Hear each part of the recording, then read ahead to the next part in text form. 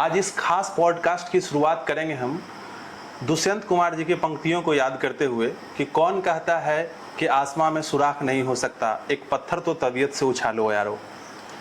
आज इस खास पॉडकास्ट के पहले एपिसोड में हमारे साथ मौजूद हैं ऐसे शख्सियत जिनके कहानी बहुत ही प्रेरित करती है हम सभी को।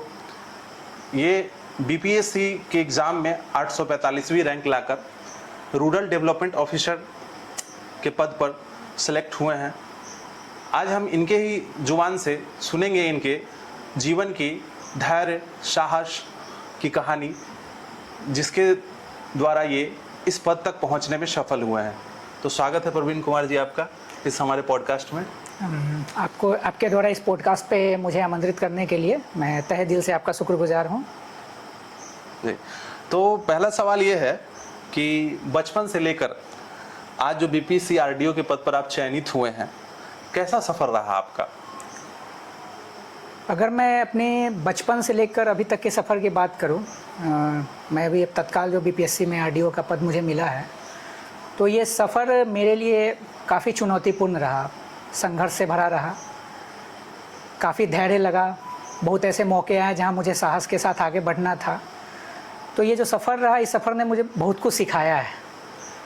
तो मैं काफ़ी लकी हूँ। मुझे ऐसा लगा है कि मतलब मेरे जैसे कोई भी छात्र अगर किसी भी चीज़ का प्रिपरेशन करें, किसी भी प्रतियोगी परीक्षाओं की, तो सफलता मिलती है तो काफ़ी प्रसन्नता तो होती है कि हम सफल हो गए हैं, लेकिन मज़ा कहीं ना कहीं उस जर्नी का भी है कि अगर जर्नी थोड़ी टफ होती है, संघर्षों से बड़ा होता है, तो उसके बाद अगर आप सफल होते हैं तो सफलता का सुख भोगने का मज़ा उसी समय मिलता है। तो संघर्षपूर्ण तो था, लेकिन मैं हिम्मत नहीं हारा और आगे बढ़ते रहा। इस तैयारी के दौरान जो आप कर रहे थे, क्योंकि लंबे समय तैयारी किए होंगे, बचपन से लेकर अभी तक पढ़ाई का जो बीता है, तो बहुत समय ऐसा आया होगा जब लगा होगा कि अच्छा इसको छोड़ देते हैं, तो उस समय आप अपने आप को कैसे मोटिवेट किए? पहले तो मैं जैसा कि मतलब मैं आपको बता दूं कि पहले मैं भारत सरकार में मैं CHSL SSC CHSL दिया 2018 में। तो मैं 2 वर्षों तक ministry of urban and housing affair में CPWD में सहायक के पद पे काम किया। उसके बाद ही पढ़ते पढ़ते मैंने CGL एग्जामिनेशन दी और उसके बाद से मैं अभी मेरी पोस्टिंग गुवाहाटी में संचार मंत्रालय में सीनियर ऑडिटर के पद पे। तो इस दौरान तो मतलब उतना संघर्ष का सामना नहीं करना पड़ा, परिवार के साथ ही रह के सब कुछ हुए। लेकिन अभी वर्तमान में जो मेरी बीपीएससी की तैयारी की जो पूरी जर्नी है, वो जॉब के साथ मुझे करना पड़ा। तो मंडे टू फ्राइडे जॉब करने के बाद फिर आके पढ़ना, तो ये थोड़ा मेरे लिए काफ़ी टफ रहा। लेकिन वो कहते हैं ना, जैसे आपने शो की शुरुआत की है दुष्यंत कुमार की लाइन से, तो दुष्यंत कुमार की एक लाइन है जो मुझे भी याद आ रही है, जो सारे विद्यार्थियों को भी जब भी वो अपने किसी चीज़ की तैयारी करे, चाहे इवन जो भी लोग हैं मतलब समाज में जो अपने अपने किसी भी फील्ड में हैं, जब थका हारा हुआ महसूस करे, तो ये लाइन उनको ज़रूर याद रखनी चाहिए कि हो गई है पीर पर्वत से निकलनी चाहिए, इस हिमालय से कोई गंगा निकलनी चाहिए। मतलब अगर आप मेहनत करते रहिएगा, सम्यक अनुशासन, सम्यक समय प्रबंधन रखिएगा, तो गंगा अवश्य निकलेगी कहीं से। अच्छा, जो छात्र अभी तैयारी कर रहे हैं, ठीक है, जो बीपीएससी मेंस दे रहे हैं, चाहे नहीं हो पा रहा है, पीटी दे रहे हैं या फिर नया है, उनके लिए आप कोई सलाह देना चाहे तो? हाँ, जैसे जो अभी नए छात्र आ रहे हैं, जो आज के जो नए युवा जनरेशन है, अगर वो बीपीएससी जैसे कठिन परीक्षा में सफलता प्राप्त करना चाहते हैं, तो मेरा उनके लिए यही सुझाव है कि सबसे पहले तैयारी करने से पहले प्रीवियस ईयर क्वेश्चन को एनालाइज ज़रूर करें। अच्छा। क्योंकि इससे उन्हें पैटर्न का पता चलेगा।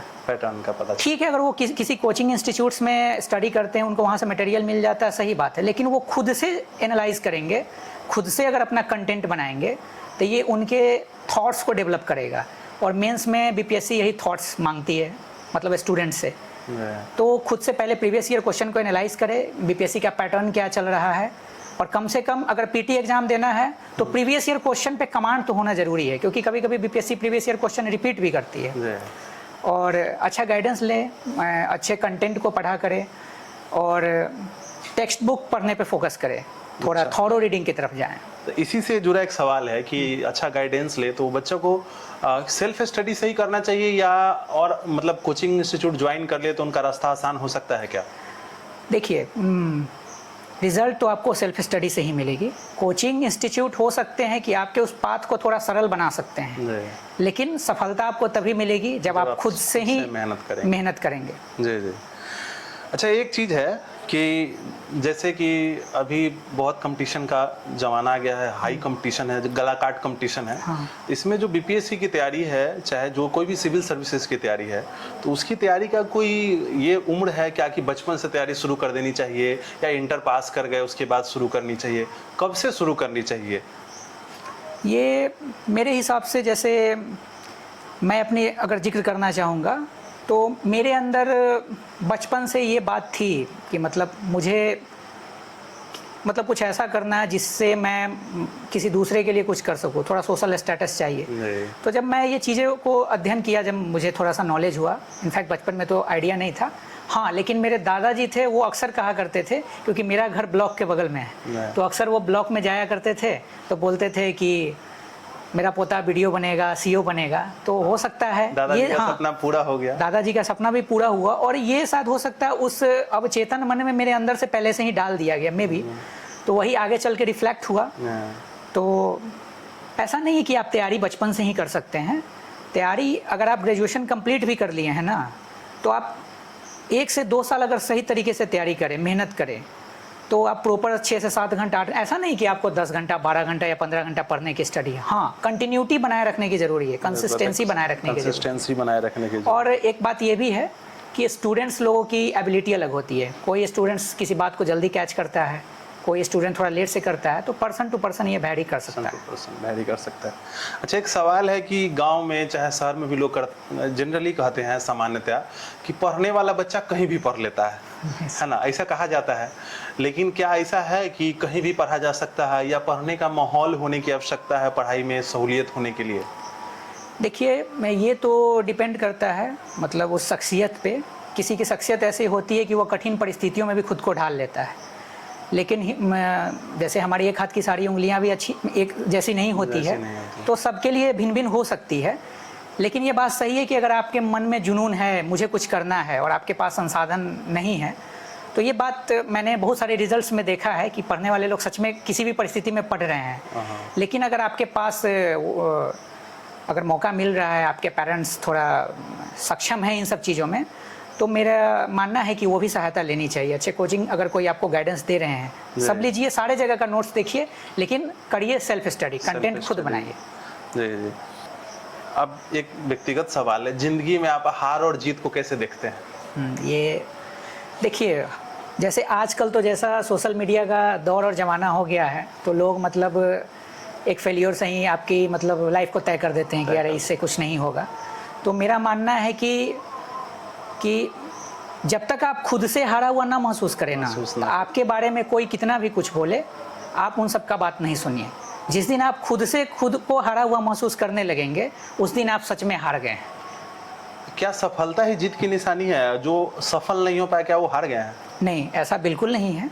ये जो स्पेशली जो सिविल सर्वेंट का जो जर्नी है, वो जर्नी आपको एक ऐसे, अगर आप थॉरोली पढ़ रहे हैं, सारे चीज़ों को देख रहे हैं, तो ये आपको एक ऐसे इंसान में तब्दील कर सकता है जिसे जो एक जिम्मेदार पर्सन हो, नागरिक हो। ऐसा नहीं है कि हर मतलब असफल व्यक्ति को हम बोलेंगे जिनका रिजल्ट आ रहा है वही सफल होते हैं।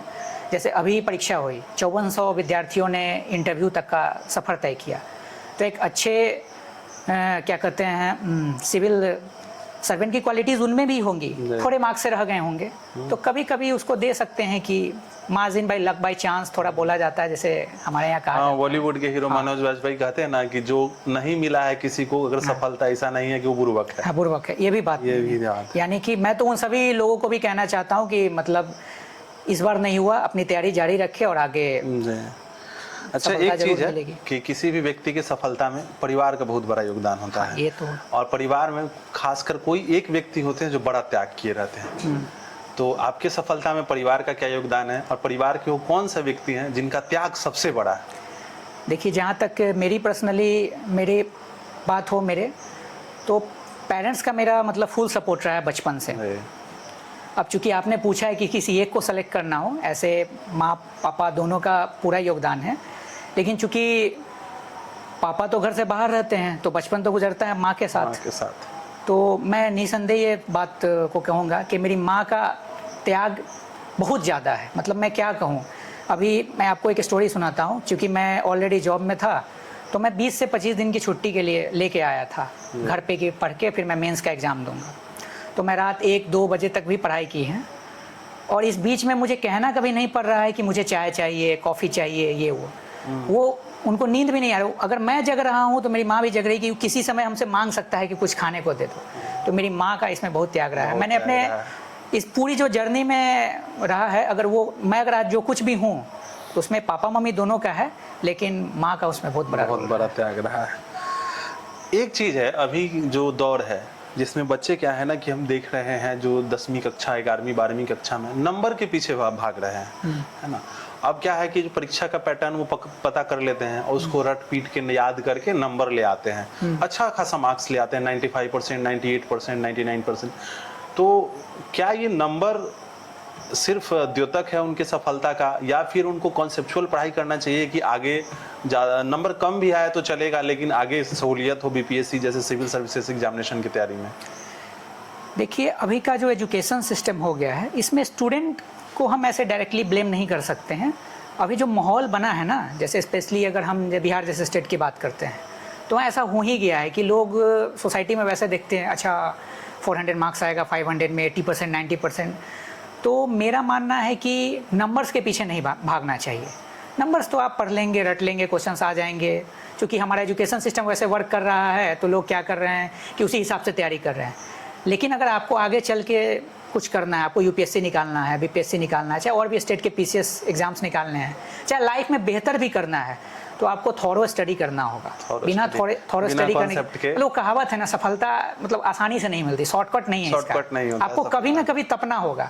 आप या तो बचपन से तपिएगा, तो आगे जब बीपीएससी की तैयारी करिएगा तो आपको चीज़ें आसान लगेगा। अगर कोई बच्चा बचपन से नहीं तपा है तो हो सकता है उसको मेंस की तैयारी में थोड़ा टाइम लग जाए। ये ना, सूरज की तरह चमकना है तो उसकी तरह जलना होगा। एक कहावत याद आ रही है हमको, वो कहते हैं ना कि जब धरती तपती है तभी बारिश होती है, और कुंदन तपता है तभी सोना बनता है। तो वही विद्यार्थी तभी सफल होता है जब खुद को वो झोंकता है। तो उसको झोंकना तो आपको पड़ेगा, तभी आपकी पर्सनालिटी निखर के आएगी। अच्छा, एक बड़ा कन्फ्यूजन रहता है और इसके बारे में बहुत डिबेट भी चलता है। जैसे कि कुछ लोग कहते हैं सफल विद्यार्थी कि हम रात में पढ़ाई किए, पूरी रात जगकर। कुछ का कहना है कि नहीं, हम रात में सोए, सुबह से उठ के पढ़ाई किए। तो कोई ऐसा आइडियल टाइम है कि अगर रात में पढ़े तो ज़्यादा मतलब सही ढंग से हम चीज़ों को समझ पाएंगे, या सुबह में पढ़े? देखिए, इस पे सबके मिक्स्ड ओपिनियन हो सकते हैं, लेकिन जहाँ मैं अपना एक्सपीरियंस शेयर करता हूँ, तो जैसे कि मैं मॉर्निंग पर्सन नहीं हूँ। तो मैं देर रात तक मेरा आदत है कि मैं जग के पढ़ा, तो मुझे नाइट शिफ्ट में ही अपना काम हो जा रहा है। तो ये सारे स्टूडेंट पे डिपेंड करता है कि वो कब मेंटली अपने आप को ज़्यादा रिफ्रेश पाते हैं। अगर किसी को लगता है कि जो आपके जैसे लोग जॉब में हैं, हाँ, दिन में तो जॉब में ही रहेंगे, ऑब्वियस ही बात है। तो अब मैं मॉर्निंग में हमसे नहीं हो पा रहा है, तो मैं क्या करता था कि मैं रात को स्टडी कर लेता था। तो ये तो अब ये सारे सवाल लगभग हो गए हैं, और कोई 4 पंक्ति जो आप अपने तरफ से कहना चाहें?